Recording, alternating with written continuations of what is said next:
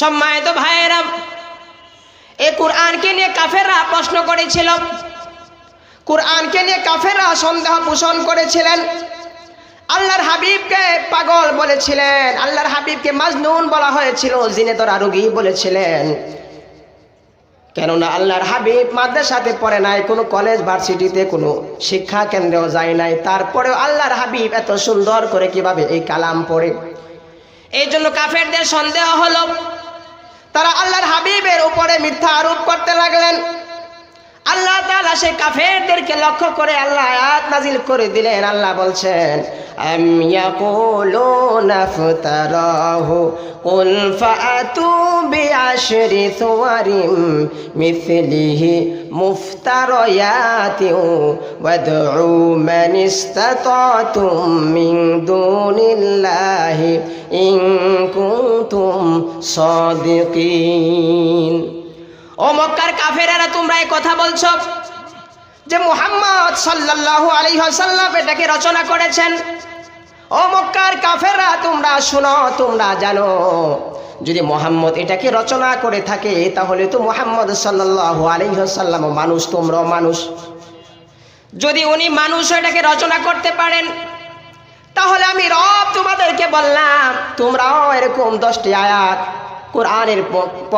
কোরআনের মধ্য থেকে এরকম 10টি সূরা তোমরা নিয়ে আসো। আল্লাহ পাক চ্যালেঞ্জ দিলেন। কোরআনের মধ্যে যে সূরা সমূহ আছে, আমার নবীও তো মানুষ, তোমরাও মানুষ, তাহলে কোরআনের মধ্য থেকে তোমরা 10টি সূরা নিয়ে আসো। তোমরা যদি সক্ষম হয়ে থাকো, শুধু তাই নয়, তোমরা আমি রবকে ছাড়া যাদেরকে ইলাহ হিসাবে তোমরা গ্রহণ করেছো সকলকে সহযোগী নিয়ে যদি তোমরা কোরআনের মধ্য থেকে 10টি সূরার মতো সূরা আনতে পারো, তোমরা নিয়ে আসো। সম্মানিত ভাইয়েরা, মক্কার কাফেরগণ এই চ্যালেঞ্জকে গ্রহণ করতে পারলেন না। আল্লাহ তাআলা কালামুল্লাহ শরীফে অন্য জায়গার মধ্যে বলছেন, قُلْ لَئِنِ اجْتَمَعَتِ الْجِنُّ وَالْإِنسُ عَلَىٰ أَن يَأْتُوا بِمِثْلِ هَٰذَا الْقُرْآنِ। ওগো নবী, আপনি বলুন, সমস্ত জিন আর ইনসান মিলে যদি কোরআনের মতো একটি কোরআন বানায় আনতে চায়, লা ইয়াতুনা বিমিথলিহি, তার মতো কোরআন বানায় আনতে পারবে না, ঠিক কিনা বলেন? শুধু তাই নয়, ওয়ালাউ কানা বাদুহুম লিবাদিন যাহিরা, তারা যাদেরকে রব হিসাবে মানে, যাদেরকে রব হিসাবে স্বীকার করে, তাদেরকে পরস্পর সহযোগী নেওয়া হলেও কোরআনের মতো একটি কোরআন তারা আনতে পারবে না।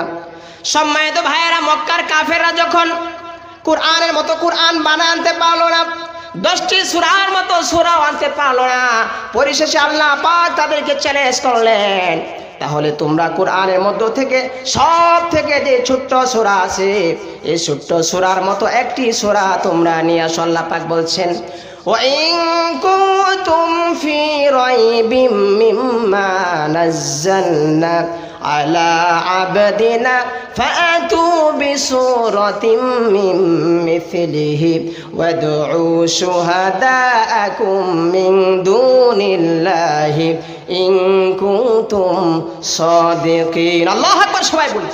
সম্মানিত ভাইয়েরা, তোমরা নিয়ে আসো কোরআনের মধ্য থেকে সব থেকে ছোট্ট সূরার মতো একটি সূরা। মক্কার কাফেররা এই চ্যালেঞ্জকে গ্রহণ করতে পারলেন না। অনেক চিন্তা করলেন, অনেক চেষ্টা করলেন, অনেক গবেষণা করলেন, কিন্তু কোরআনের মধ্য থেকে সব থেকে ছোট্ট সূরা সূরাতুল কাউসারের মতো একটি সূরা তারা আনতে পারলো না। পরিশেষে তারা বলতে বাধ্য হলো, ইন্না আ'তাইনাকাল কাউসার ফাসাল্লি লিরাব্বিকা ওয়ানহার লাইসা হাযা কালামিল বাশার। মুহাম্মদ যে কোরআন এনেছে, এটা কোনো মানুষের বানানো কালাম নয়। মুহাম্মদ সাল্লাল্লাহু আলাইহি ওয়াসাল্লাম মানবতার মুক্তির জন্য, মানবতার কল্যাণের জন্য যে কোরআন পড়ে, এটা কোনো মানুষের বানানো কালাম নয়। এমনকি কোরআনের মধ্যে যে সব থেকে ছোট্ট সূরা সূরাতুল কাউসার আছে, এটাও মানুষের কোনো বানানো কালাম নয় বলে সুবহানাল্লাহ।